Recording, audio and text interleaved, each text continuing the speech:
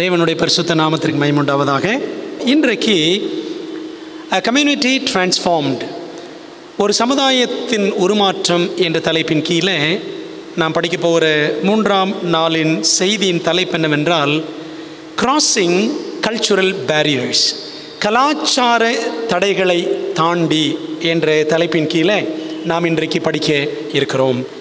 கலாச்சார தடைகளை தாண்டி, கிராசிங் கல்ச்சுரல் பேரியர்ஸ். 1 பேதுரு 3ஆம் அதிகாரம் 15ஆம் வசனம், கர்த்தராகிய தேவனை உங்கள் இருதயங்களில் பரிசுத்தம் பண்ணுங்கள், உங்களில் இருக்கிற நம்பிக்கையை குறித்து உங்களிடத்தில் விசாரித்து கேட்கிற யாவருக்கும் சாந்தத்தோடும் வணக்கத்தோடும் உத்தரவு சொல்ல எப்பொழுதும் ஆயத்தமாயிருங்கள் என்று பேதுரு அப்போஸ்தலன் எழுதுகிறார். அக்கறையில் உள்ளோர் மீது அக்கறை காட்டுவோம். Concern for the other side. நமக்கு அப்பால் இருக்கிறவர்கள் யார், அக்கறையில் இருக்கிறவர்கள் யார் என்றால், நேற்று படித்தோம் புத்த மதத்தைச் சேர்ந்தவர்கள். இன்றைக்கு என்ன பார்க்க போகிறோம் என்றால் இந்து மதம், Hinduism. Other side means other religious groups. இந்து மதத்தை குறித்து நாம் இன்றைக்கு படிக்க போகிறோம். தென்னாசியாவில் பெரும்பாலும் இந்துக்கள் தான் இருக்கிறார்கள். உலகத்தில் இன்றைக்கி பார்த்தீங்கன்னா 800 கோடி மக்கள் இருக்கிறார்கள். அதில் 120 கோடி பேர், அதாவது 1.2 பில்லியன் மக்கள் இந்துக்கள் என்று கணக்கெடுப்பு சொல்லுகிறது. அதாவது உலக ஜனத்தொகையில் 15% பேர் இந்து சகோதர சகோதரிகள். இந்தியா, நேபாளம், வங்காளதேசம், இலங்கை நாடுகளில் நாம் எங்கு திரும்பினாலும் திருவிழாக்கள், கோயில்கள், விசேஷ நாட்கள், பண்டிகைகள், பக்த கோடிகள் என்றுதான் நாம் பார்க்க முடியும். இதுதான் இந்து மதம். இந்து மதத்தை புரிந்து கொள்ள இந்து சகோதர சகோதரிகளை நாம் புரிந்து கொள்ள வேண்டும். ஆகவே அதற்காக இந்த நாளிலே ஜெபத்தோடு நாம் ஆயத்தமாவோமா? எங்கள் நல்ல தகப்பனே, உம்முடைய நல்ல பரிசுத்த ஆவியானவர் இப்பொழுதும் எங்களை செமையான வழியில் நடத்தும்படி ஒப்புக் கொடுக்கிறோம். சத்திய ஆவியானவர் சகல சத்தியத்திற்குள்ளும் நடத்துவார் என்று இயேசுராஜா சொல்லியிருக்கிறீர். இந்த நாளிலே கர்த்தருடைய ஆவியானவர் தாமே எங்களை நடத்தும்படி ஒப்புக் கொடுக்கிறோம். எந்த ஒரு தடை யாருக்கும் ஏற்படாதபடி தேவன் வழி நடத்துங்க. கர்த்தாவே, எங்களோடு பேசும். இப்படி மெல்லி சத்தியத்தை நாங்கள் கேட்க உதவி செய்யும். நீர் பெருக வேண்டும், நாங்கள் சிறுக வேண்டும். இயேசுவின் நாமத்தில் ஜெபிக்கிறோம் நல்ல பிதாவே, ஆமென். அன்பானவர்களே, இந்து சகோதர சகோதரிகளை நாம் புரிந்து கொண்டால் இந்து மதத்தை புரிந்து கொள்ளலாம். நம்ம எல்லாரும் அட்வென்டிஸ்ட் கிறிஸ்டியன்ஸ். நமக்கும் இந்துக்களுக்கும் என்னென்ன ஒற்றுமைகள் இருக்கின்றன? Similarities of SDAs, Seventh Day Adventists and Hindus. முதலாவது என்னவென்று பார்த்தால் ஃபேமிலி வேல்யூஸ். நமக்கும் இந்துக்களுக்கும் இந்த குடும்ப விழுமியங்கள் ஏறக்குறைய ஒன்று போலவே இருக்கும்.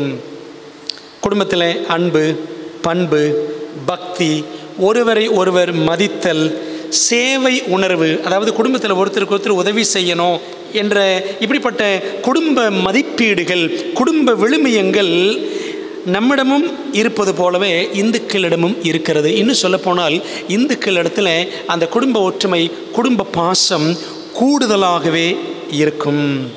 குடும்பமாக குலதெய்வ தொழுகை செய்வதில் இந்து சகோதர சகோதரிகள் மிகவும் கருத்தாக தீவிரமாக இருப்பார்கள். 2வது, நமக்கும் இந்துக்களுக்கும் பார்த்தால் குடும்பத்திற்கு தலை யார், குடும்ப தலைவன் யார் என்றால் அப்பா தான். தகப்பனே குடும்ப தலைவன். Father is the leader of the family. அந்த அப்பா என்ன சொல்கிறாரோ அதுதான் குடும்பத்தில் என்பது இந்துக்கள் பெரிதும் மதித்து போற்றுவார்கள். இன்றைக்கி நம்மிடத்திலும் அப்படித்தான் இருக்கிறது நம்புகிறேன் அட்வென்டிஸ்ட் குடும்பங்களில். 3வது, சமுதாயத்தில் நன்னடத்தை, குட் கான்டக்ட் இன் சொசைட்டி. சமுதாயத்தில் நல்ல ஒழுக்கம், நல்ல பண்புகளோடு இருக்க வேண்டும் என்பதை மதிக்கிறவர்கள், விரும்புகிறவர்கள், அப்படியே பெரும்பான்மையான இந்துக்கள் நடக்கிறார்கள் என்பதை ஊர்ஜிதமாக சொல்ல முடியும். ஆகவே சமுதாயத்தில் நன்னடத்தை. நாம் அப்படித்தானே சமுதாயத்தில் எப்படியெல்லாம் அட்வென்டிஸ்ட் கிறிஸ்தவர்களாக நாம் வாழ வேண்டும் என்பதை போதிக்கிறோம். நிறைய பிரசங்கங்கள் கேட்குறோம். படிக்கிறோம், ஓய்வு நாள் பாடமாக படிக்கிறோம், ஆனால் நம்ம நன்றாக நடக்கிறோம் என்பது நமக்கே நிச்சயமாக உணர முடிகிறதா என்று யோசித்து பார்ப்போம். நாலாவது நமக்கும் இந்துக்களுக்கும் உள்ள ஒரு ஒற்றுமை என்னவென்றால் மனிதாபிமானம், ரெஸ்பெக்டிங் ஹியூமனிட்டி. அதாவது மற்றவர்களை மதிக்க வேண்டும் என்ற அந்த நற்பண்பு இந்துக்களிடத்தில் இருக்கிறது. அதோடு மட்டுமல்ல, பெற்றோரை மதித்தல், பெற்றோர்கள், பெரியவர்கள், ஹானரிங் பேரண்ட்ஸ் அண்ட் எல்டர்ஸ். அன்பானவர்களே, வேதாகமம் அதைத்தானே போதிக்கிறது. நாமும் அப்படி செய்கிறோம் அல்லவா? அதனால தான் பாருங்கள், இந்துக்கள் மத்தியில் ஜெயந்தி கொண்டாடுதல், அதாவது முன்னோர்களை மதித்து, இப்போ காந்தியடிகள் இருக்கிறாரு, முத்துராமலிங்க தேவர் இருக்கிறார், இப்படிலாம் இவங்களாம் இருக்கிறாங்கன்னா இவங்களுக்கெல்லாம் ஜெயந்தி கொண்டாடுவார்கள், பிறந்த நாளை விமரிசையாக கொண்டாடுவார்கள், விழா எடுத்து நடத்துவார்கள். இதெல்லாம் அவர்கள் இந்து சகோதர சகோதரிகள் பெரியோர்களை மதிக்கிறார்கள் என்பது பொருள். பெற்றோர்கள், இறந்து போன பெற்றோர்களுக்கு இந்த தவசமெல்லாம் வைப்பாங்க, சரிங்களா? அதாவது தங்கள் பெற்றோரை மதித்து அவர்கள் அப்படி செய்வார்கள். அன்பானவர்களே, நாம் அப்படி செய்கிறது கிடையாது, தவசமெல்லாம் வைக்கிறது கிடையாது. ஆனால் நம்முடைய பெற்றோர்கள் ஒருவேளை மரித்து போயிருந்தால் அவர்கள் நமக்கு சொல்லிக் கொடுத்த அந்த பாடங்கள், அவர்கள் குணங்கள் எல்லாம் நம்ம என்ன செய்கிறோம்? பின்பற்றுகிறோம் அல்லவா? ஆகவே நமக்கும் இந்துக்களுக்கும் சில காரியங்களில் நல்ல ஒற்றுமை இருக்கிறது அப்படின்னு பார்க்குறோம். இந்த இந்துக்களை நாம் புரிந்து கொள்ள வேண்டும். அண்டர்ஸ்டாண்டிங் ஹிந்து பீப்புள் எப்படி புரிந்து கொள்ளலாம்? ஒரு சில காரியங்களை நாம் கற்றுக்கொள்ள போகிறோம். முதலாவது, அவர்களுடைய பக்தி வாழ்க்கை, ஸ்பிரிச்சுவல் லைஃப் ஆஃப் ஹிந்துஸ். இது முதல் காரியமாக பார்ப்போம். ரெண்டாவது, ரட்சிப்பு, சால்வேஷன், ரட்சிப்பை குறித்து அவர்களுக்கு இருக்கிற கண்ணோட்டம் என்ன என்றும் படிக்க போகிறோம். முதலாவது, பக்தி வாழ்க்கை. இந்த இந்து சகோதர சகோதரிகள் அவர்களுடைய நம்பிக்கை என்னவென்றால், பல தெய்வங்களை வணங்குகிறவர்கள் இருக்கிறார்கள். பல தெய்வ வணக்கம் உண்டு. ஒரே ஒரு தெய்வத்தை வணங்குகிறவர்களும் இருக்கிறார்கள். பல சடங்குகள், சாங்கியங்களை பின்பற்றுகிறவர்களும் இந்துக்களிலே அநேகர் உண்டு. சில நேரங்களில் அவங்களுடைய சடங்குகள், சாங்கியங்கள் நமக்கு புரிவதில்லை. அதே போல் நாம் ஆலயத்தில் செய்யக்கூடிய பல காரியங்களும், திருவிருந்து, இந்த மாதிரி காரியங்களும் அவங்களுக்கும் புரிகிறது கிடையாது. பொதுவாக இந்துக்கள் சர்ச் என்றாலே மாதா கோயில் அப்படி தான் அவங்க நினைப்பாங்க. ரோமன் கேத்தலிக் சர்ச், போப்பு தான் எல்லா கிறிஸ்தவர்களுக்கும் ஆண்டவர் என்று பொதுவாக நினைக்கிற இந்துக்களும் இருக்கிறார்கள். அதே சமயத்தில் இந்த இந்து சகோதர சகோதரிகளுக்கு ஆன்மீக விஷயங்களை குறித்து அறிய வேண்டும் என்ற ஆர்வம் அநேகருக்கு உண்டு. தேவன் அன்புள்ளவர், அவர் எல்லாரையும் பார்க்கிறார், பராமரிக்கிறார் என்ற உண்மை அவர்களுக்கு புதுமையானது. ஏன் அப்படின்னா, பொதுவாக இந்து சகோதர சகோதரி மத்தியில் பார்த்தீங்கன்னா சாமி கண்ணை குத்திரும், அடிச்சிரும், அருவா தூக்குற சாமி, அப்படி தான் பார்த்துருக்குறோம் நாம். ஆனால் தேவன் அன்பானவர் என்ற உண்மை அவர்களுக்கு மிகவும் புதுமையானது. ஆகவே காட் இஸ் லவ் என்பதை நாம் அவர்களுக்கு சொல்லிக் கொடுக்க கடமைப்பட்டிருக்கிறோம். கடவுள் உணர்வு அவர்களுக்கு இயல்பாகவே அதிகம் உண்டு, சரிங்களா? இது அவர்களுடைய கடவுள் பக்தி கடுத்த காரியம். இன்னும் போப்போ படிக்கலாம். ரெண்டாவது என்னவென்றால் ரட்சிப்பு, சால்வேஷன் என்று எடுத்துக்கொண்டால் இவங்க என்ன நம்புகிறாங்க? இந்துக்கள் மோட்சம் சேர வேண்டும் என்று அவர்கள் நம்புவது உண்மைதான். அதாவது வைகுண்டம், சிவலோகம் இதெல்லாம் போகணும் அப்படின்னு சொல்லி அவங்க நம்புகிறாங்க. அப்படி சொர்க்கலோகம், மோட்சம் போய் சேர்வதற்கு அது ஒவ்வொருத்தருக்கும் தனிப்பட்ட பொறுப்பு இருக்கிறது, தனிநபருடைய பொறுப்பு அது என்றும் அவர்கள் நம்புகிறார்கள். சொர்க்கம் அப்படின்னு சொல்லுவாங்க. மோட்சத்துக்கான தகுதி ஒரு நபர் இந்த உலகத்தில் தனிப்பட்ட முறையில் அவன் எப்படி வாழ்கிறான், தனிநபருடைய பொறுப்பு என்பது இந்துக்களுடைய கொள்கை. அதை ஒரு அட்டவணையாக நாம் பார்க்கலாமா? பாருங்களேன். இந்து மதம் இந்த ரட்சிப்பை குறித்து, அதாவது மோட்சம் சேர்வதை எப்படி நம்புகிறார்கள் என்றால், முதலாவது மறு ஜென்மம், ரீஇன்கார்னேஷன், அதாவது 7 ஜென்மங்கள் அப்படிலாம் நம்புகிறாங்க. இந்த ஜென்மத்தில் மனுஷனாக இருக்கிறேன், அடுத்த ஜென்மத்தில் பூச்சியா, புழுவா, அல்லது ஒரு விலங்கா இப்படிலாம் மாறுவேன், இப்படிலாம் நான் என்னெல்லாம் செய்கிறேனோ என்னுடைய செயல்கள் அடிப்படையில் நான் அடுத்த ஜென்மம் எனக்கு கிடைக்கும் என்று நம்புகிறார்கள். அதான் என்ன சொல்கிறாங்கன்னா, அந்த செயல்களை ரெண்டாவது பார்க்குறோம், கர்மா அப்படின்னு சொல்லுவாங்க. கர்மா என்றால் செயல்கள். நான் என்ன செயல்கள் செய்கிறேனோ அதன் அடிப்படையில் தான் அடுத்த ஜென்மத்தில் நான் இந்த பிறவி எடுப்பேன், அந்த பிறவி எடுப்பேன் என்பது அவர்களுடைய நம்பிக்கை. மூணாவது, அவர்கள் வைத்திருக்கிற ஒரு புனித புத்தகம் என்னவென்றால் பகவத்கீதை. 4 வேதங்கள், ரிக், யஜூர், சாமம், அதர்வணம் அப்படின்னு நமக்கு தெரியும். புராணங்கள், இதிகாசங்கள், இப்படி நிறைய வச்சிருக்கிறாங்க.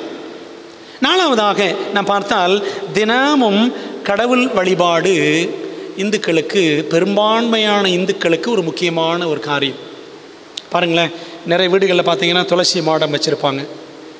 தினம் சாமிக்கு பூ படைப்பார்கள், மலர்கள் படைப்பார்கள், உணவு படைப்பார்கள். ஏன் இறந்து போன முன்னோர்களை கூட தெய்வங்களாக வழிபடுவார்கள். இதெல்லாம் இந்துக்களிடத்தில் இருக்கிறது. இப்படிலாம் செய்வது அவர்கள் ரட்சிப்படைவதற்கு அல்லது மோட்சம் சேர்வதற்கு முக்கியமான செயல்கள். இந்த பகவத்கீதையை பின்பற்ற வேண்டும், வேதங்கள் புராணங்களில் உள்ள காரியங்களை பின்பற்ற வேண்டும் என்றெல்லாம் அவர்கள் ரட்சிப்புக்கு அடுத்த நம்பிக்கையாக வைத்திருக்கிறார்கள். சரி, நம்முடைய நம்பிக்கை என்ன ரட்சிப்பை குறித்து என்றால், அட்வென்டிஸ்ட் கிறிஸ்தவர்கள் என்ன நம்புகிறோம் பாருங்களேன். பொதுவாக கிறிஸ்தவர்கள் என்று கூட சொல்லலாம். ஒரே வாழ்க்கை, ஒன்லி ஒன் லைஃப். நம்ம 2வது ஜென்மம் 3வது ஜென்மம் அதெல்லாம் நம்புறது கிடையாது. வேதம் அப்படி சொல்லவில்லை. ஒரே ஒரு வாழ்க்கை.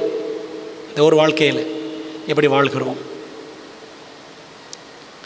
2வது, ரட்சிப்பு என்பது தேவனுடைய செயல். Salvation is an act of God. அது இலவசமான ஈவு. தேவன் தான் நமக்கு ரட்சிப்பை கொடுக்கிறார். அதாவது நாம் இதை செய்கிறதுனால அதை செய்கிறதுனால நமக்கு ரட்சிப்பு, சொர்க்கம், பரலோகம் அப்படிலாம் கிடையாது. அது தேவனுடைய ஈவு என்று வேதம் சொல்லுகிறது. நமக்கு ஆண்டவர் ரட்சிப்பின் வழியாக எதை கொடுத்துருக்காருன்னா பரிசுத்த வேதாகமத்தை நமக்கு தந்திருக்கிறார். Holy Bible we have as a way of salvation. 4வதாக, தினமும் கடவுள் வழிபாடு, குடும்ப ஜெபம். 2 நேரமும் காலையும் மாலையும் குடும்ப ஜெபம் நாம் செய்ய வேண்டும். இது பைபிளில் இருக்கக்கூடிய ஒரு அடிப்படையான உண்மை. அன்பானவர்களே, அப்போ பாருங்கள், நாம் இதெல்லாம் நம்புகிறோம், வேதாகமத்தை பின்பற்றுகிறோமா? உண்மையாகவே குடும்ப ஜெபம் நம்மிடத்தில் இருக்கிறதா என்பதையும் நாம் சற்றே யோசித்து பார்க்க வேண்டியது அவசியம். சுருக்கமாக சொன்னால், கிறிஸ்தவத்தின் அடிப்படையில் ரட்சிப்பு இலவசம். மனிதர்கள் தனிப்பட்ட முறையில் என்ன செய்யணும்? அந்த ரட்சிக்கப்படுவதற்கான தெரிவு அவங்க செய்யணும். we have to choose to be saved. இயேசுவை நம்பணும் அப்படின்றது நம்ம கையில் தான் இருக்குது. ஆனால் இந்து மதத்தின்படி எப்பேற்பட்ட கொடிய பாவியும், அவன் என்ன அக்கிரமங்கள் செஞ்சிருந்தாலும் சரி, அவன் புண்ணிய கிரியைகள் செய்தால் பாவ விமோச்சனம் அவனுக்கு உண்டு என்று அவர்கள் நம்புகிறார்கள். பாருங்கள், உதாரணத்துக்கு ஒன்று சொல்கிறேன்னு, காசிக்கு போகணும், ராமேஸ்வரம் போகணும், நீ வாழக்கூடிய வாழ்க்கையில் நீ என்ன வேணாலும் பண்ணு. வயசான காலத்தில் காசிக்கு போனால் அந்த கடைசி காசி, இந்த கடைசி ராமேஸ்வரம். நீ போனேன்னா உனக்கு புண்ணியம் கிடைக்கும். ராமேஸ்வரத்துக்கு போனீங்கன்னா 22 தீர்த்தங்கள் உண்டு. 22 தீர்த்தங்கள். இந்த இந்து சகோதரிகள் நினச்சிவாங்க, இன்னும் வட இந்தியாவிலேருந்துலாம் நிறைய பேர் வருவாங்க. அந்த ஒவ்வொரு தீர்த்தமாக போய் அங்கே கிடைக்கிற தீர்த்தத்தை வாங்கி குடித்து தலையில் தெளிச்சுக்குவாங்க. அதாவது பாவம் விமோச்சனம் கிடைக்கணுன்றதுக்காக. பாருங்களேன், அப்போ இப்படினாலும் நீ வாழு, என்ன வேணாலும் அக்கிரம் பண்ண, கடைசியில் நீ இந்த மாதிரி அங்கங்கே போய் புண்ணியங்களை தேடிக்கொண்டால் உனக்கு பாவத்திலேருந்து விடுதலை கிடைக்கும். ஆனால் வேதாகமம் அப்படி நமக்கு போதிக்கவில்லை. ரட்சிப்பு ஆண்டவர் இயேசு கிறிஸ்துவின் மூலமாகத்தான். நாம் செய்யக்கூடிய செயல்களின் அடிப்படையில் ரட்சிப்பு இல்லை என்பதை வேதாகமம் நமக்கு தெளிவாக போதிக்கிறது. அன்பானவர்களே, இது நமக்கும் இந்துக்களுக்கும் இடையில் இருக்கக்கூடிய சில ஒற்றுமைகள், சில வித்தியாசங்கள் அப்படின்னு படித்தோம். சரி, நாம் இப்போ என்ன படிக்க போகிறோம் அப்படின்னா, இந்த இந்து சகோதரிகளை எப்படி சந்திக்கலாம், how to build a bridge of relationship between us and them. நமக்கும் அவர்களுக்கும் இடையில் உறவு பாலத்தை எப்படி நாம் அமைக்க வேண்டும். ஆண்டவர் சொன்னார், ஆபிரகாமின் சந்ததி மூலம் சகல ஜனங்களையும் நான் ஆசீர்வதிப்பேன். அது என் 12:3 வாசிக்கிறோம். உன்னை ஆசீர்வதிக்கிறவர்களை ஆசீர்வதிப்பேன், உன்னை சபிக்கிறவனை சபிப்பேன், பூமியில் உள்ள வம்சங்கள் எல்லாம் உனக்குள் ஆசீர்வதிக்கப்படும். in thee shall all families of the earth be blessed அப்படின்னு ஆண்டவர் ஒரு வாக்குத்தத்தம் கொடுத்தார். சொல்லப்போனால் இந்த ஆபிரகாம் கூட ஒரு விக்கிரக ஆராதனைக்காரர் தான். அவர் ஒரு இந்துன்னு வச்சுக்கோங்களேன். இந்த ஆபிரகாம் கூட ஒரு காலத்தில் விக்கிரக ஆராதனை செய்கிறவராகத்தான் இருந்தார். ஆனால் தேவன் அவரை அழைத்து அவர்கிட்ட சொன்னார், உனக்குள் பூமியில் உள்ள வம்சங்கள் எல்லாம் ஆசீர்வதிக்கப்படும். மனுஷ ஜாதிகள் எல்லாரையும் ஆண்டவராய் இயேசு கிறிஸ்துவே ஒரே இரத்தத்தினால் உண்டாக்கினார்.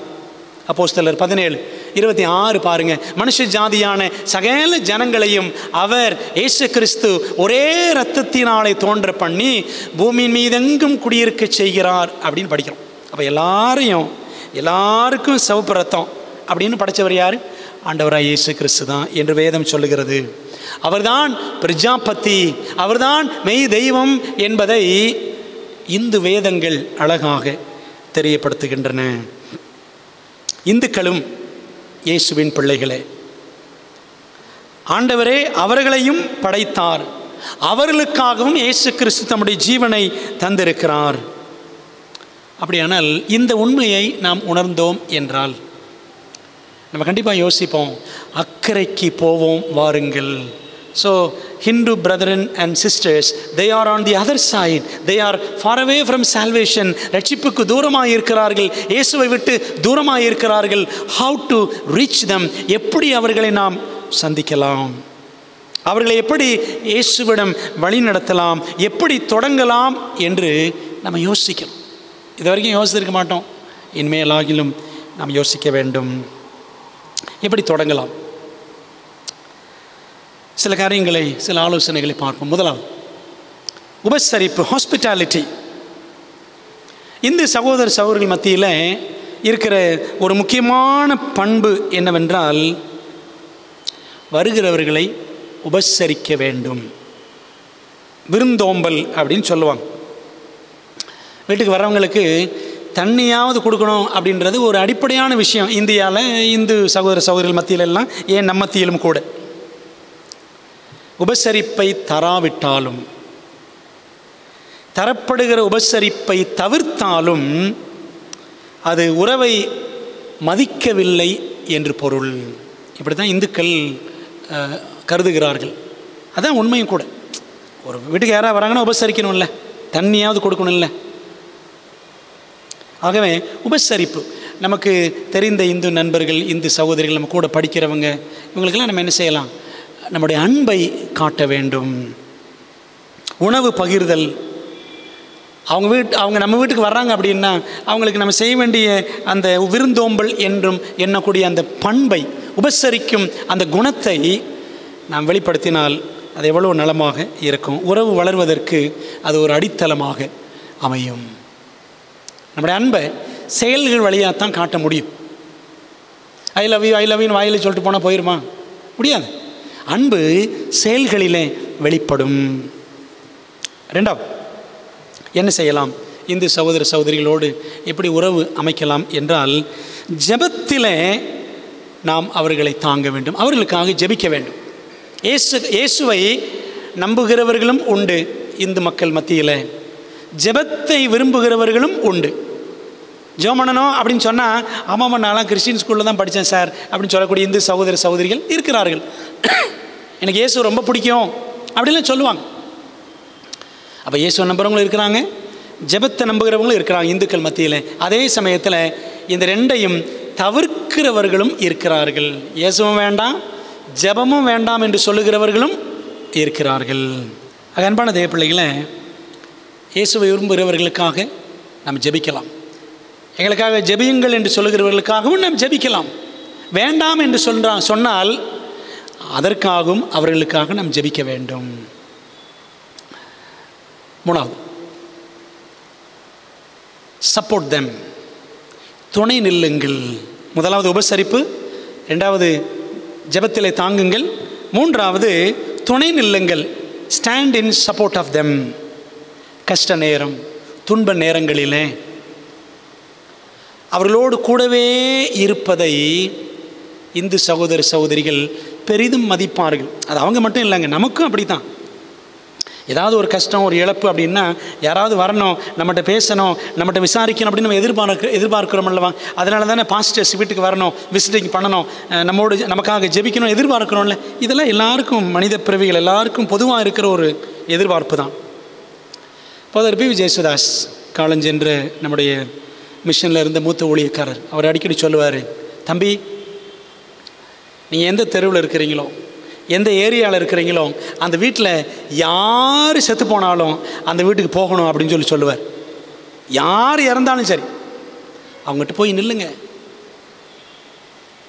உங்கள் துக்கத்தை நீங்கள் காட்டுங்க அப்படின்னு அவர் சொல்லுவார். அப்போ தான் நம்ம ஆண்டவரை பற்றி அவங்களுக்கெல்லாம் சொல்ல முடியும். ஆண்டவர் எவ்வளோ அன்பானவர்ன்றதை இப்படித்தான் நம்ம காட்ட முடியும் அப்படின்னு பாஸ்டர் பி.வி. ஜேசஸ் அடிக்கடி சொல்லுவார். பிரியமானவர்களே, நம்ம செய்கிறோமா? இதுக்கெல்லாம் நமக்கு நேரம் இருக்கா? நம்ம நேரம் பூரா இன்னைக்கு தவறான வழிகளில் செலவிடப்படுகிறது. யோசித்து பாருங்க. அப்போ இந்த இந்து சகோதர சகோதரிகளை ஆண்டவர் இயேசுவிடம் வழிநடத்துவதற்கு இதெல்லாம் சில வழிமுறைகள். ஆனால் அவர்களோடு பழகும் பொழுது நம்ம என்ன செய்யக்கூடாது, செய்யக்கூடாதவை, டோன்ட்ஸ் என்னென்ன அப்படின்னு படிக்கணும். முதலாவது, சில வார்த்தைகளை மிக கவனமாக பயன்படுத்த வேண்டும். கன்வர்ட் பண்ண வந்திருக்கிறாங்க, மதமாற்றம் என்று பெரிய பிரளயமே ஏற்பட்டுரும். சரிங்களா? மதமாற்ற தடை சட்டம் அப்படிலாம் சொல்கிறாங்களே இந்தியாவில். அன்பானவர்களே, கன்வர்ஷன்ற வார்த்தை ஆக்சுவலாக மதமாற்றம் கிடையாது. கன்வர்ஷன் என்பது மனமாற்றம். மனமாற்றம் என்பது ஆவியானவருடைய வேலை. Conversion is the work of the Holy Spirit. ஆவியானவர் அந்த வேலையை செய்யணும். அப்போது நம்ம யார்கிட்டனாலும் பழகலாம், ஆண்டவரை பற்றி சொல்லலாம், ஆண்டோடைய அன்பை பற்றி சொல்லலாம். மத சுதந்திரம் நம்ம எல்லாருக்கும் இருக்கிறது இந்தியாவில். அப்படி நாம் அந்த அன்பின் ஊழியத்தை செய்யும் பொழுது மதமாற்றம் என்று பழி சுமத்தி இதை ஒரு அரசியல் ஆயுதமாக பயன்படுத்துகிறவர்களும் இருக்கிறார்கள். ஊழியம் செய்கிறவர்களை, ஆண்டவரை பற்றி சொல்கிறவங்களை துன்பப்படுத்தக்கூடியவர்களும் இருக்கத்தான் செய்கிறார்கள் சில மதங்களில். அன்பானவர்களே, ஏன் அப்படி செய்கிறாங்க அப்படின்னா, நம்ம குடும்பத்தை விட்டு பிரிச்சிடுறாங்க, கலாச்சாரத்திலிருந்து பிரிக்கிறார்கள், நம்முடைய சமுதாயத்தை விட்டே பிரிச்சிடுறாங்க இந்த மதமாற்றத்தின் மூலமாக. ஆகவே இந்த மதமாற்றம் ஒரு தவறான காரியம் என்று அதை அரசியல் ஆயுதமாக்கி பிரச்சனைகளை ஏற்படுத்துகிறவர்களும் இருக்கிறார்கள். அங்கே அன்பான தேவ பிள்ளைகளை என்ன புரிஞ்சுக்கணும்னா, மனமாற்றம் என்பது ஒரு சம்பவம் அல்ல, இது ஒரு அனுபவம். Conversion is not an event, it is an experience. ஆகவே நம்ம சந்திக்கக்கூடிய இந்து சகோதர சகோதரிகள் அந்த எக்ஸ்பீரியன்ஸை அடையணும். நம்ம போனோம், நம்ம ஆண்டை பற்றி சொல்லணும், உடனே அவங்க ஏற்றுக்கணும், உடனே வந்துடணும் அப்படின்னு நினச்சிடக்கூடாது. ரெண்டாவது கவனமாக பயன்படுத்த வேண்டிய வார்த்தை என்னவென்றால், இந்து சகோதர சகோதரிடத்தில் பேப்டிசம், ஞான ஸ்நானம். இதுவும் ஒரு சம்பவம்னு நினச்சிடக்கூடாது. அவங்க ஆண்டை பற்றி சொல்லிட்டோமா, அவங்க எல்லாத்தையும் விட்டணும், அந்த சாமி சிலைகள் பூராத்தையும் விட்டுட்டு இயேசுவை நம்பி வந்து உடனே தண்ணிக்குள்ளே இறங்கிடணும், ஞானஸ்நானம் எடுத்துடணும், ஒரு சம்பவம் ஆயிடணும் அப்படின்னு நினைக்கக்கூடாது. இது ஒரு அனுபவம். Even being baptised is an experience. இது ஒரு அனுபவம். அன்பானவர்களே, ஞானஸ்நானத்தில் இருந்து அவர்களை, இந்து சகோதர சகோதரிகளை ஞானஸ்நானம் எடுத்ததுக்கப்புறம் அவர்களை சீஷர்களாக்க வேண்டும் என்பதல்ல. அதற்கு முன்னாடி இருந்தே அன்பினால் அவர்களுக்கு அறிவு புகட்டுவதன் மூலமாக உண்மைகளை அவர்களுக்கு எடுத்து சொல்லி அவர்களை சீஷர்களாக்கும் பணியை ஆரம்பித்து விட வேண்டும். எப்போ? ஞானஸ்நானத்துக்கு முன்னாடியே. ஞானஸ்நானம் என்பதை அவங்களாம் நான் எடுத்துக்கொள்கிறேன்னு அவங்களாம் சொல்லணும், கட்டாயப்படுத்தக்கூடாது. முதலில் இயேசுவின் அன்பையும் இயேசுவின் கிருபையையும் அவர்கள் ருசித்து பார்க்க வேண்டும். சங்கீதம் 34:8 என்ன வாசிக்கிறோம்? என்ன சொல்லுது? கர்த்தர் நல்லவர் என்பதை ருசித்து பாருங்கள். O taste and see that the Lord is good. அருமையான தேவனுடைய பிள்ளைகளே, ஆக ஞானஸ்நானம் என்பது அவரை ஏற்றுக்கொள்ளுகிறவர்கள், ஆண்டவரை ஏற்றுக்கொள்ளுகிறவர்கள் கொண்டாடும் அனுபவமாக இருக்க வேண்டும். மாறாக பிரிவினை அனுபவமாக நாம் அதை ஆக்கிவிடக்கூடாது. உண்மைதான், சத்தியத்தை ஏற்றுக்கொள்ளும் பொழுது அவர்கள் ஒருவேளை யாருனாலும் சரி குடும்பங்களை சில நேரம் பிரிய வேண்டியது இருக்கலாம். ஆனாலும் மிக கவனமாக ஜெபத்தோடு நாம் இந்த சூழல்களை கை கொள்ள வேண்டும். மூணாவது, பிரசங்கம், சர்மன். அவங்களுக்கு சத்தியத்தை சொல்லணும், அவங்க சர்ச்சுக்கு வந்துடணும், பிரசங்கத்தை கேட்டணும் அப்படின்னு நினைக்க வேண்டாம். ஆலயத்தில் வந்து பிரசங்கம் கேட்க வைக்க வேண்டும் என்று நினைக்காதீர்கள். உங்கள் வாழ்வே இயேசுவை காட்டும் பிரசங்கமாய் இருக்கட்டும். நம்மளோட வாழ்க்கை தாங்க பிரசங்கமாக இருக்கணும். எப்படி நாம் வாழ்கிறோம், இயேசுவின் அன்பை எப்படி நம்ம காட்டுறோம், எப்படி அவங்க பார்க்க போகிறாங்க என்பதுதான் முக்கியம். நம்முடைய ஆரோக்கிய விதிமுறைகளை நம்முடைய வாழ்க்கையில் காட்டணும். நம்முடைய டெம்பரன்ஸ், நம்முடைய ஹெல்த்ஃபுல் லிவிங், இதெல்லாம் பார்த்தீங்கன்னா அது உண்மையிலே இந்த இந்து சகோதர சகோதரிகளுக்கு ஆச்சரியமாக இருக்கும். பொதுவாக கிறிஸ்தவம் என்றாலே வெள்ளைக்கார மதம், வெளிநாட்டு மதம், பிற்படுத்தப்பட்டவர்களின் மதம் என்ற ஒரு எண்ணம் இந்து சகோதர சகோதரிகளே நிறைய பேருக்கு இருக்குது. ஆனால் அப்படி அல்ல. இயேசு வெளிநாட்டில் பிறந்தாரா? இயேசு ஆசியாவில் தான் பிறந்தார். ஆசியாவின் ஜோதி மேசியா தான், ஆண்டவர் இயேசு கிறிஸ்து தான். அவர் ஆசியாவில் பிறந்தார். அன்பானவர்களே, ஆகவே இதெல்லாம் மனசில் வச்சுக்கணும். ஜெபத்தோடு கவனமாக நாம் செயல்பட வேண்டும். இந்த ஊழியத்தில் அக்கறையில் உள்ளவர்களிடம் அக்கறை காட்டும் பொழுது இதெல்லாம் நம்ம கவனமாக மனதில் வைத்துக்கொள்ள வேண்டும். சரி, என்னென்ன செய்யணும்? செய்ய வேண்டியவை டூஸ். இந்து சகோதர சகோதரிகளிடத்தில் பழகும் பொழுது, சுவிசேஷம் சொல்ல முயற்சிக்கும் பொழுது என்ன செய்ய வேண்டும்? முதலாவது, அவர்களுக்கு வேதாகம கதைகளை எடுத்து சொல்ல வேண்டும். வேதாகமத்தில் இருக்கிற உண்மைகள், சில வார்த்தைகள் பாருங்கள், 2300 ராப்பகல் அவங்களுக்கெல்லாம் தெரியாது. நீதிமான் ஆகுதல், பரிசுத்தமாகுதல், இதெல்லாம் அவங்களுக்கு தெரியாது. ஆனால் கதைகளாக சொன்னால் அவர்களுக்கு அழகாக புரியும். பாருங்களேன், ரூத்து கதை, எஸ்தர் கதை, ஆண்டவர் இயேசு கிறிஸ்து என்னெல்லாம் செஞ்சார், அற்புதங்கள் செய்தார், இயேசு கிறிஸ்து சொன்ன கதைகள், கெட்ட குமாரன், இந்த மாதிரிலாம் இருக்குது பார்த்தீங்களா? கதைகளாக அவர்களுக்கு சொல்ல வேண்டும். பொதுவாக இந்த சகோதர சகோதரிகளுக்கு இருக்கிற ஒரு பெரிய கேள்வி என்ன அப்படின்னா, கடவுள் எப்படிங்க அவர் சாவார்? இயேசு கிறிஸ்து சிலுவையில் மரிச்சார்ல, கடவுள் எப்படிங்க சாக முடியும் என்பது ஒரு பெரிய கேள்வி. அப்போது கதை வழியாக நாம் அவர்களுக்கு ஊழியம் செய்யணும். எப்படி பாவம் தோன்றியது, லூசிஃபர் எப்படி சாத்தான் ஆனான், எப்படி இந்த உலகத்தில் பாவம் தொடர்ந்தது, இந்த பாவத்துக்காக இயேசு என்ன முடிவெடுத்தார், எதற்காக மனுஷனாக வந்தார், ஏன் மரித்தார், இப்படி சொல்லணும். கதைகளாக சொல்ல வேண்டும். ஆகவே இந்துக்களுக்கு போய் தானியேல், வெளிப்படுத்தல், 2300 ராப்பகல் இதெல்லாம் சொல்ல வேண்டாம். இதெல்லாம் பிற்பாடு சொல்லலாம். ரெண்டாவது,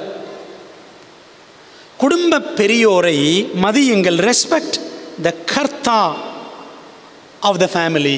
கர்த்தா அப்படின்னா குடும்பத்தில் இருக்க பெரியவங்க, ஹெட் ஆஃப் த ஃபேமிலி. இந்து குடும்பங்களில் அப்பா அல்லது தாத்தா அல்லது மாமனார் இவங்கெல்லாம் முக்கியமான மதிப்புக்குரியவர்களாக இருப்பார்கள். நம்முடைய குடும்பங்களும் அப்படி இருக்கிறது. அப்படி குடும்ப முக்கியஸ்தரை, அந்த அப்பா தாத்தா மாமனார் மாமியார் இந்த மாதிரி ஸ்தானத்தில் யார் இருக்காங்களோ அவர்களை நாம் மதிக்க வேண்டும். முதல்ல அந்த பெரியவங்களை ஆண்டவர்கிட்ட கொண்டாந்துட்டோம் அப்படின்னா அந்த பெரியவங்க சொல்கிறத எல்லாரும் கேட்பாங்க குடும்பத்தில்.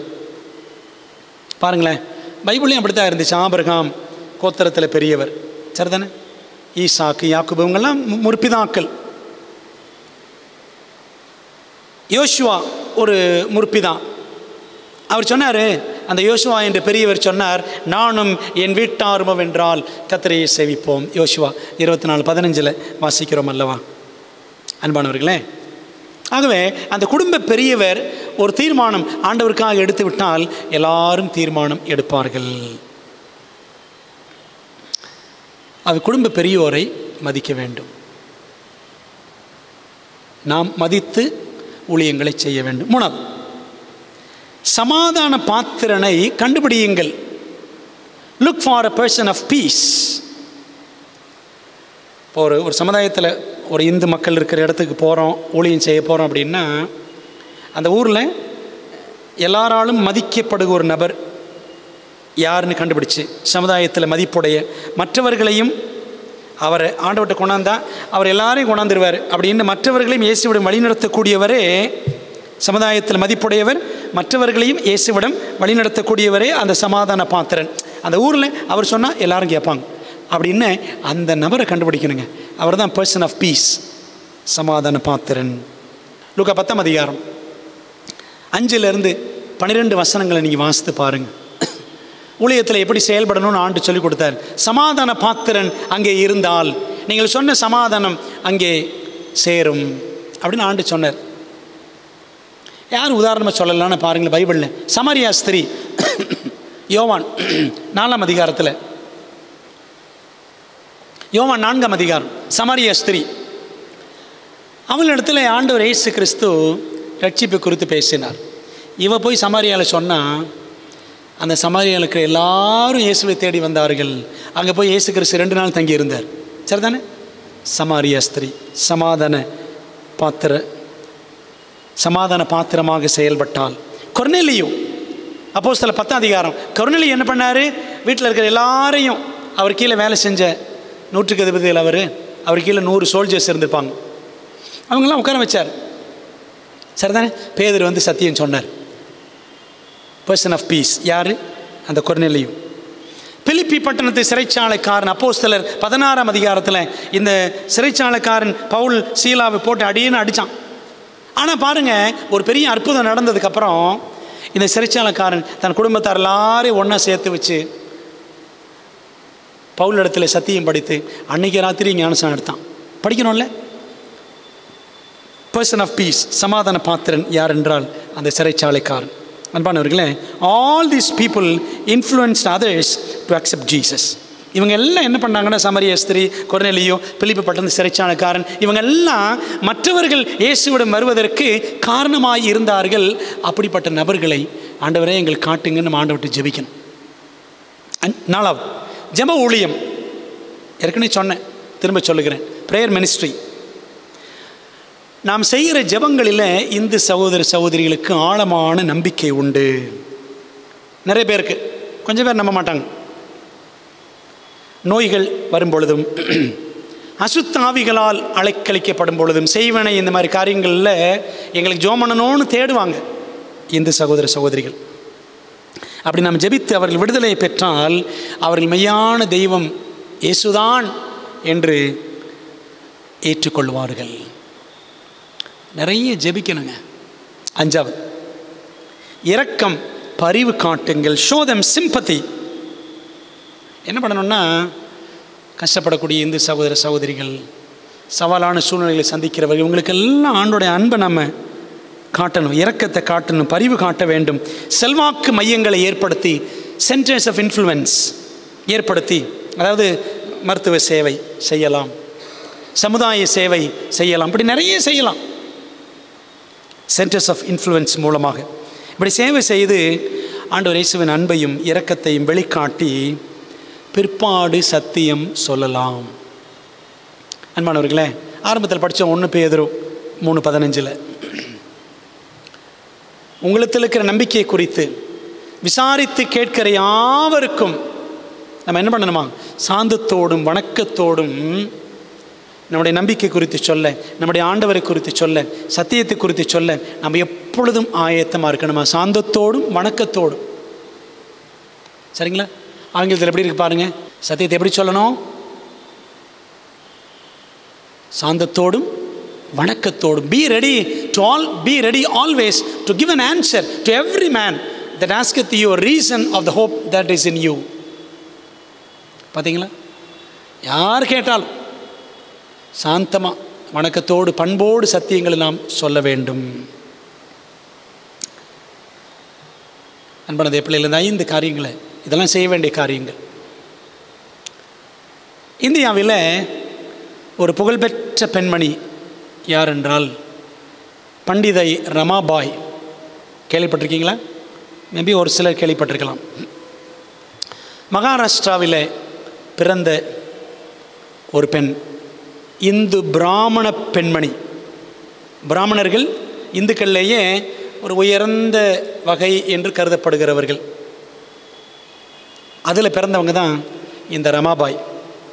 இவங்க அப்பா ஒரு புரோகிதர், அதாவது இந்து மந்திரங்களெல்லாம் சொல்லி ஓதி ஆலய அந்த ஆராதனைகளை நடத்தக்கூடிய ஒரு புரோகிதர் இவங்க அப்பா.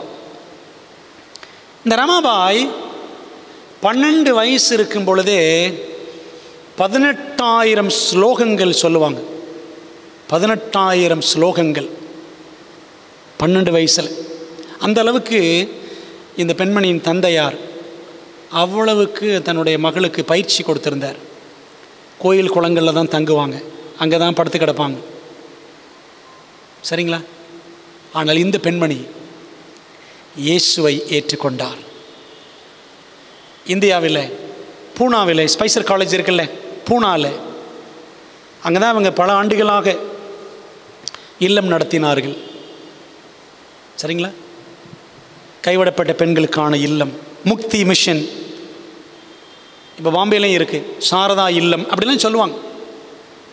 பைபிளை, மராத்தி பைபிளை மொழிபெயர்த்து மராத்தியில் கொண்டு வந்த ஒரு பெண்மணி இந்த அம்மா தான். ரொம்ப ஆச்சரியமான ஒரு நபர். இவங்க கதையை படிக்கணும். வாலிப பிள்ளைகளை, young people, I appeal to you, don't waste your time. நேரத்தை வீணடிக்காதீங்க. இந்த மாதிரி மிஷனரிகள் இவங்க வாழ்க்கையெல்லாம் படிக்கணும். அப்போ தான் நம்முடைய வாழ்க்கை மாறும். இல்லாட்டி இப்படியே தான் கிடப்போம் தத்தியா. இந்த பண்டித ரமாபாய் எப்படி ஆண்டவர் ஏற்றுக்கிட்டாங்க தெரியுமா? ரொம்ப ஆச்சரியம். 2 விதங்களில். இவங்க வெளிநாட்டில் இருந்தப்போ இவங்களுக்கு ஒரு காஸ்பல் ஆஃப் லூக்காஸ் விசேஷம், அந்த குட்டி புஸ்தகம் கிடச்சிச்சான். அதை படித்தாங்க. அதுக்கு முன்னாடி இந்தியாவில் இருக்கும் பொழுது ஒரு மிஷனரி இந்த ரமாபாயை பார்த்து 2 வார்த்தை சொல்லிட்டு போயிட்டாராம். வெள்ளக்கார மிஷனரி என்ன சொன்னார் தெரியுமா? ஏசு கிறிஸ்டா அப்படின்னு சொல்லிட்டு போயிட்டார். அவ்வளோதான், ஏசு கிறிஸ்டா. இதுதான், இந்த 2 வார்த்தை தாங்க சொன்னார். இந்த அம்மா மனசில் இந்த 2 வார்த்தைகள், ஏசு கிறிஸ்து, யார் அவர் அப்படி இந்த அம்மா தேட ஆரம்பித்தாங்க. வெளிநாட்டுக்கு போனாங்க. சுருக்கமாக நான் கதையை சொல்கிறேன். காஸ்பல் ஆஃப் லூக் கிடச்சிச்சு, லூக்காஸ் விசேஷம் கிடச்சிச்சு, படித்தாங்க. வாழ்க்கையே மாறிடுச்சு. அன்பானவர்களே, பிற்பாடு வல்லமையான ஊழியத்தை மகாராஷ்டிராவில் செய்து மராத்தியில் பைபிளை கொண்டு வந்து, உங்கள் கதையை நான் படித்தேன், ஃபுல்லாக படிச்சிருக்கேன். ஆச்சரியமான ஒரு வாழ்க்கை. புருஷன் இறந்துருவார், கூட பிறந்தவங்க இறந்துருவாங்க, அம்மா அப்பா இறந்துருவாங்க, பெத்த பிள்ளை மகள் இறந்துருவாங்க, எல்லோரும் இறந்துருவாங்கங்க. ஆனால் இந்த அம்மா தைரியமாக விசுவாசத்தில் உறுதியாக இருந்து ஆண்டவருக்கு சாட்சியாக நின்றார்கள். ஆயிரக்கணக்கான அபலை பெண்களுக்கு ஆதரவாய் இந்த அம்மா வாழ்ந்தாங்க. நான் சொன்னேன், இந்த மராத்தி பைபிளை மொழிபெயர்த்து முடிச்சுட்டு கடைசியில் ஆண்டவர்கிட்ட கேட்டாங்களாம், ஆண்டவரே எனக்கு இன்னும் 10 நாள் கொடுங்க, ஆண்டவரே 10 நாள் கொடுங்க, இந்த மராத்தி பைபிளை நான் ப்ரூஃப் பார்க்கணும், பிழைகள் இருக்கிறதா என்று நான் திருத்த வேண்டும் சொல்லிட்டு, லார்ட் கிவ் மீ 10 days அப்படின்னு ப்ரே பண்ணாங்க. ஏன்னா படுக்க வியாதி ஆயிட்டாங்க. ஆச்சரியம் பாருங்கள், 10 நாள் ஆண்டவர் கொடுத்தாரு. அந்த 10 நாட்களுக்குள்ள டிரான்ஸ்லேஷன், அந்த மராத்தி பைபிளை பிழைகள் எல்லாம் இருக்கான்னு சொல்லி எல்லாம் பார்த்துட்டாங்க. கரெக்டாக 10 நாள் கழிச்சு இறந்துட்டாங்க. எப்படி ஊழியம் செய்யலாம் தெரியுமா? அதுக்கு தான் சொல்ல வர்றேன். இந்து சகோதரிகளுக்கு 2 வார்த்தை கூட சொன்னால் போதும். இயேசு கிறிஸ்து உங்களை நேசிக்கிறார் சொன்னால் போதும். Jesus loves you.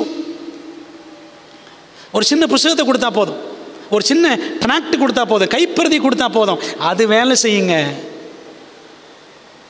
That community will be transformed. இந்த அம்மா பாருங்க, ஏசு கிறிஸ்டான்னு ஒருத்தர் வார்த்தையை சொல்லிட்டு போயிட்டார், ஒரு வெள்ளக்கார மிஷனரி. ஒரு காஸ்பல் ஆஃப் லூக் அந்த குட்டி புக்கு கிடச்சிச்சு. இந்த அம்மா வந்தாங்க பாருங்கள், ஆண்டவரை ஏற்றுக்கிட்டாங்க. அபலை பெண்கள், இந்தியாவில் இருந்த பாதிக்கப்பட்ட எவ்வளோ பெண்களுக்கு, சின்ன பெண்கள், சிறு பெண்கள், பெரிய பெண்கள், விதவை பெண்கள், எல்லாருக்கும் அந்த சமுதாயத்திற்கே ஒரு பெரிய மாற்றத்தை கொண்டு வந்தாங்க. அன்பான தேவ பிள்ளைகளே, இந்த உலகத்தில் இருக்கிறோம், சும்மா வாழ்ந்துட்டு போயிடக்கூடாது. ஆண்டவருக்காக ஏதாகிலும் ஒன்றை செய்ய வேண்டும் என்ற தாகம், ஒரு தீர்மானம், ஒரு வைராக்கியம் உங்களுக்கு எனக்கு தேவை. அந்த வைராக்கியம் இந்த ஜெபவார கூட்டங்களில் நம் உள்ளத்தில் ஆவியானவர் உண்டு பண்ணுவாராக. ஆண்டவர் ஒப்பு கொடுப்போம். ஒரே ஒரு வாசகத்தை வாசித்து முடிக்கலாம். எலன் ஒயிட் எழுதுறாங்க, எப்படி ஊழியம் செய்யணும், இயேசு கிறிஸ்து எப்படி ஊழியம் செஞ்சார், நாம் எப்படி செய்யலாம். What was the method of Christ? Minister of ஹீலிங்கில் எலன் ஒயிட் பக்கம் 143 எழுதுறாங்க, Christ's method alone will give true success in reaching the people, even Hindus. இயேசு கிறிஸ்துவின் வழிமுறை மட்டுமே மக்களை சென்றடைவதில் மெய்யான வெற்றியை நமக்கு கொடுக்க முடியும். The Savior mingled with men as one who desired their good. இதில் பாருங்கள் 5 பாயிண்ட் இருக்கும். இரட்சகர் மக்களுடைய நலனை நாடினவராக அவர்களோடு ஒன்றர கலந்தார். அவர் நலனை நாடினார், அவர்களோடு ஒன்றாக கலந்தார், பழகினார். 3வது பாருங்க, he showed his sympathy for them. அவர்களுக்கு இரக்கம் காட்டினார். ministered to their needs. அவர்களுடைய தேவைகளை சந்தித்தார். இரக்கம் காமிச்சு தேவைகளை சந்தித்தார். சரிங்களா? 4 காரியம் பார்த்துட்டோம். 5வது, won their confidence. அவர்கள் நம்பிக்கையை பெற்றார், நம்பிக்கைக்கு பாத்திரமாக மாறினார். then he bade them follow me. அப்புறம் சொன்னாருங்க, என்னை பின்பற்றி வாருங்கள். இந்த 5 காரியம் செய்யணும். இயேசு கிறிஸ்து அப்படி தான் செஞ்சார். பிரியமான தேவ பிள்ளைகளை, புத்த மதத்தவரோ இந்துக்களோ யாரானாலும் சரி, இயேசு கிறிஸ்துவின் வழிமுறையை பின்பற்ற நம்ம ஒப்பு கொடுப்போம். ஆண்டவரே, என்னையும் ஒரு மிஷனரியாக, ஒரு வாலிப மிஷனரியாக என்னை பயன்படுத்தும் என்று ஆண்டவருக்கு ஒப்பு கொடுப்போம். ஜெபிக்கலாமா? நல்ல தகப்பனே, இந்த நாளிலே நீ கற்றுக் கொடுத்த நல்ல பாடங்களுக்காக கொடா கொடி ஸ்தோத்திரம். ஏனோ தானோ என்று எங்கள் வாழ்க்கையில் நாங்கள் வாழ்ந்து விட்டு போகாதபடி ஆண்டவரே, இயேசுவுக்காக ஏதாகிலும் செய்ய வேண்டும் என்ற தீர்மானம், வைராக்கியம் எங்களுக்கு நீர் ஆவியானவர் மூலமாக தர வேண்டும் என்று ஜெபிக்கிறோம். ஆண்டவரே, எங்கள் மூலமாக ஒரு சமுதாயத்தில் மாபெரும் மாற்றம் உண்டாக வேண்டும். அந்த மாற்றம் முதலாவது எங்களுக்குள் ஏற்படட்டும், எங்கள் குடும்பத்தில், எங்கள் சபையில் ஏற்படட்டும். தொடர்ந்து இந்த ஜெபவார கூட்டங்களை ஆசீர்வதியும். இயேசுவின் நாமத்தில் ஜெபிக்கிறோம் நல்ல பிதாவே, ஆமென். நம்முடைய கர்த்தராக இருக்கிற இயேசு கிறிஸ்துவின் கிருபையும், பிதாவாகிய தேவனுடைய அன்பும், ஆவியானவரின் ஐக்கியமும் ஆசீர்வாதம், தேவதூதர்களின் காவலும் வழி நடத்தலும் நம்ம எல்லாரோடும் இன்றும் என்றும் சதா காலங்களிலும் தங்கியிருப்பதாக. ஆமென்.